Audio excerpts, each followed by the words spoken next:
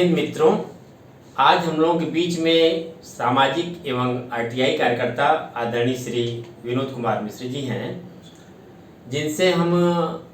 सूचना के अधिकार के बारे में बात करेंगे। उसका आम जनता या आम लोग कैसे लाभ उठा सकते हैं। हम आदरणीय विनोद कुमार मिश्र जी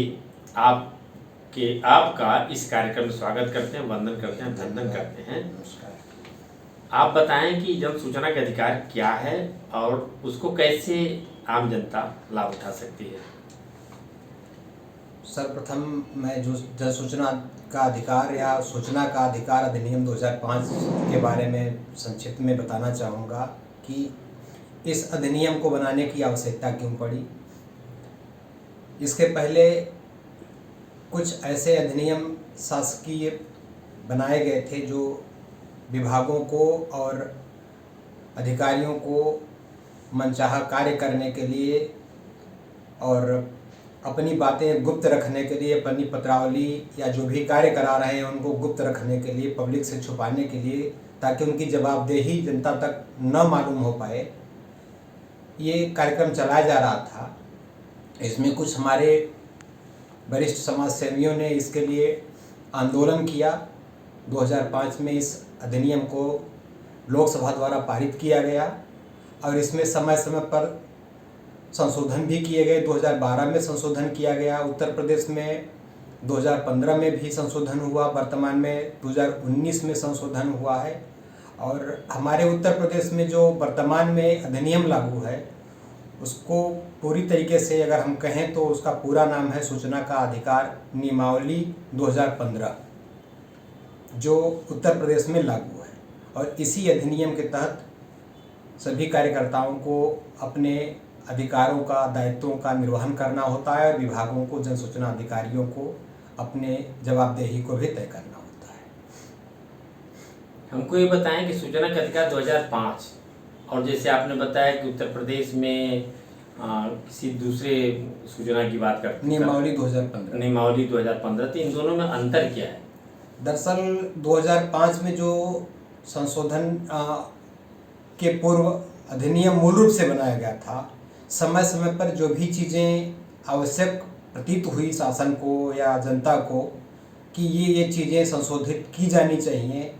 ताकि जनता को और पारदर्शी तरीके से, निष्पक्ष तरीके से न्याय मिल सके, तो इस उद्देश्य से संशोधन किया गया, जिसे माननीय राज्यपाल महोदय द्वारा उनके हस्ताक्षर से पारित किया गया है, जो पूरे प्रदेश में लागू है। इसका मूल उद्देश्य ये है कि कम समय में जनता को त्वरित निर्णय और निष्पक्ष तरीके से उनकी जो भी चीज़ें हैं जो उनके द्वारा मांगी जा रही हैं, सूचनाएं या अभिलेख, उनको उपलब्ध कराया जाए। और शासकीय विभागों को ये स्पष्ट रूप से निर्देश है कि उन आदेशों का, निर्देशों का या जो भी शासनादेश हैं उनका कड़ाई से पालन किया जाए। आप हमको ये बताएं कि आम जनता कैसे सूचना ले सकती, कैसे मांग सकती है? किसी विभाग से उसको सूचना लेना है तो कैसे मांग सकती है, तरीका क्या है? हर विभाग में एक सरकारी अधिकारी या कर्मचारी को जन सूचना अधिकारी के तौर पर नामित किया गया है और उससे एक पद ऊपर, एक स्तर ऊपर के अधिकारी को अपीली अधिकारी नामित किया गया है कि अगर किसी भी कारणवश जन सूचना अधिकारी आवेदन पत्र को निरस्त कर दे, लेने से इनकार कर दे या भ्रामक अपूर्ण सूचना दे, तो उस स्थिति में आवेदक अपीली अधिकारी के पास अपनी अपील को प्रस्तुत कर सकता है। इसके लिए उत्तर प्रदेश सूचना का अधिकार नियमावली 2015 में एक प्रारूप निर्धारित किया गया है, जिसके तहत कोई भी आम नागरिक सूचना विभागों से मांग सकता है। लेकिन अगर कुछ ऐसे भी आवेदक होते हैं या आमजन होते हैं जिनको कि उस प्रारूप पर नहीं मालूम है कि कैसे सूचना हमको मालूम है या मांगनी है, तो उनके लिए भी प्रावधान किया गया है अधिनियम में कि वो संबंधित जन सूचना अधिकारी के पास जाएंगे और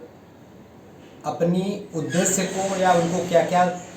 आवश्यकता है किसकी सूचना की, वो जन सूचना अधिकारी से कहेंगे। और जो जन सूचना अधिकारी का एक विधिक दायित्व है और बाध्यता भी है कि वो आवेदक या शिकायतकर्ता की बात को अपने शब्दों में एक प्रारूप में तैयार करें और निर्धारित शुल्क जमा कराते हुए उस आवेदक को या आम नागरिक को सूचना उपलब्ध कराए। अभी हम शुल्क की बात करते हैं, जैसे सूचना के अधिकार 2005 में प्रारंभ में था कि 10 रुपये लोग जमा करते थे या लगाते थे जी। इसमें जो आप बता रहे हैं, इसमें अधिनियम में, इस नियम में, इसमें क्या तरीका है? इसमें भी है कि आप अधिकतर विभाग 10 रुपये के भारतीय पोस्टल ऑर्डर की डिमांड करते हैं तो वो भी हम जमा कर सकते हैं, लेकिन अधिनियम ये कहता है कि वो 10 रुपये आप ट्रेजरी चालान के माध्यम से भी जमा कर सकते हैं, डिमांड ड्राफ्ट के भी माध्यम से जमा कर सकते हैं, भारतीय पोस्टल ऑर्डर भी दे सकते हैं 10 रुपये का। और अगर यह नहीं हो पा रहा है तो अगर आप व्यक्तिगत रूप से आवेदन पत्र उपलब्ध करा रहे हैं विभाग को, तो नकद 10 रुपये की नोट आप जमा करते हुए उसकी पावती या रिसिप्ट आप विभाग से ले सकते हैं। विभाग दे सकता है जी। एक बात और बताएं, जो आपने कहा कि ओरल मौखिक तौर पर भी सूचना मांगी जाने पर विधि में इस तरह की व्यवस्था है कि वह विभाग उसे जानकारी देगा। जैसे हम समझ लें कि FIR कराने के लिए अगर कोई व्यक्ति जाता है, पढ़ा लिखा है, लिखित एप्लीकेशन देता है तो ठीक है, अन्यथा उसके द्वारा जो मौखिक बातें कही जाती है उसको दर्ज करके, उसको सुना करके, फिर FIR दर्ज करके उसको दे दिया जाता है। लगता है कुछ उसी तरह की नियमावली उसमें है। हाँ, ये ऐसे आवेदकों या आम जनता के लिए इस एक्ट में प्रावधान बनाया गया है कि जो लोग कम पढ़े लिखे हों या अशिक्षित हों लेकिन उनको किसी चीज़ की आवश्यकता हो, जैसे उन्होंने राशन कार्ड के लिए अप्लाई किया, राशन कार्ड सब समय नहीं बन पाया, तो अपने उस राशन कार्ड के आवेदन की स्थिति जानने के लिए वो संबंधित अधिकारी के पास जाएंगे, उनसे निवेदन करेंगे कि महोदय हमने ये एप्लीकेशन राशन कार्ड के लिए दिया था, इसकी अद्यतन स्थिति क्या है ये हमें जाननी है इस एक्ट के तहत। तो जन सूचना अधिकारी का यह नैतिक दायित्व है और विधिक दायित्व है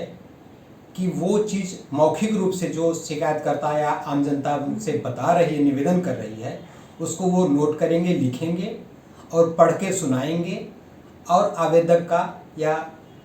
आम जनता का उस पर हस्ताक्षर लेते हुए शुल्क जमा करा के वो सूचना उसको उपलब्ध कराएंगे। इस पर हम व्यवहारिक स्थिति में आते हैं। कानून तो यह बन गया कि आसानी से आम जनता जो सूचना चाहे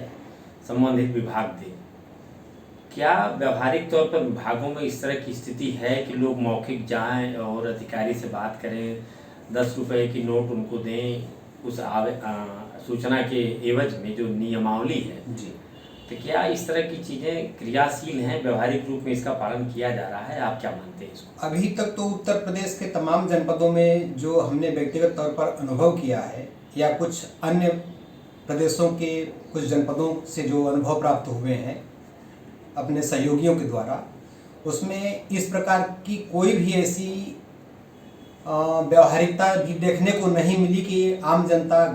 किसी विभाग में प्राधिकरण में गई हो और उसको मौखिक रूप से उसकी बात को लिखित रूप में लेते हुए उसके आवेदन को स्वीकार किया गया हो। ऐसी कहीं से भी कोई भी घटना अभी हमारी जानकारी में नहीं हुई है। हाँ, ये अलग बात है कि अपवाद स्वरूप किसी भी एकाध प्राधिकरण में, विभाग में या किसी अन्य प्रदेशों में हुआ हो तो इससे इनकार नहीं किया जा सकता है। सामान्य सी बात कर सकते हैं, जो व्यवहारिक बात है कि अब भी अधिकांश विभागों के अधिकांश अधिकारी, कुछ विभागों के कुछ अधिकारियों को छोड़ दिया जाए जो संवेदनशील हैं, आम जनता की पीड़ा को सुनते हैं, समझते हैं, उनकी समस्याओं का निस्तारण करते हैं, तो मुझे लगता है कि वहाँ तो यह जो कानून बना है इसका पालन हो सकता है। लेकिन व्यवहारिक तौर पर अगर हम यथार्थ में आए तो आम जनता से जहाँ सीधे मुँह अधिकारी बात नहीं करना चाहता, किसी चीज़ को टालना चाहता है, ऐसी स्थिति में क्या कोई मौखिक कोई सूचना मांगेगा तो क्या अधिकारी देने के लिए तैयार होगा? ऐसा तो मुझे नहीं लगता। कानून में भले ही इसकी व्यवस्था नहीं, आपकी बात लगभग सत्य है और इस बात से इनकार भी नहीं किया जा सकता। जो उत्तर प्रदेश का परिदृश्य चल रहा है वर्तमान समय में कि आप मौखिक रूप से सूचना प्राप्त करने की कल्पना नहीं कर सकते हैं, व्यवहारिकता यही है। और अगर लिखित रूप में आप अपना आवेदन पत्र लेके जाते हैं तो अधिकांश विभागों में यह स्थिति पाई जाती है कि जो भी जन सूचना अधिकारी या जन सूचना लिपिक इसके लिए अधिकृत किए गए हैं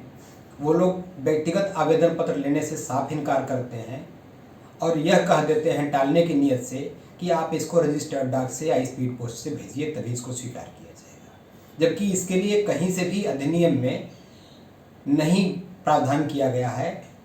लेकिन अपनी मनमानी, अपने कार्य और दायित्वों से बचने की नीयत से कि ताकि हमारे ऊपर बोझ कम रहे, लोगों को टाल के वापस भेज दिया जाता है। और कुछ ऐसी भी कंडीशन या स्थिति देखी गई है हमारे जनपद सोनभद्र और कुछ अन्य जनपदों में भी कि आवेदनकर्ताओं को व्यक्तिगत रूप से जाने पर तमाम तरीके से भला बुरा भी कहा जाता है, अपमानित करने की भी कोशिश की जाती है और उनको दुनिया भर की ऊंच नीच की बातें ज्ञान देके उनको हतोत्साहित करके वापस घर भेजते हैं।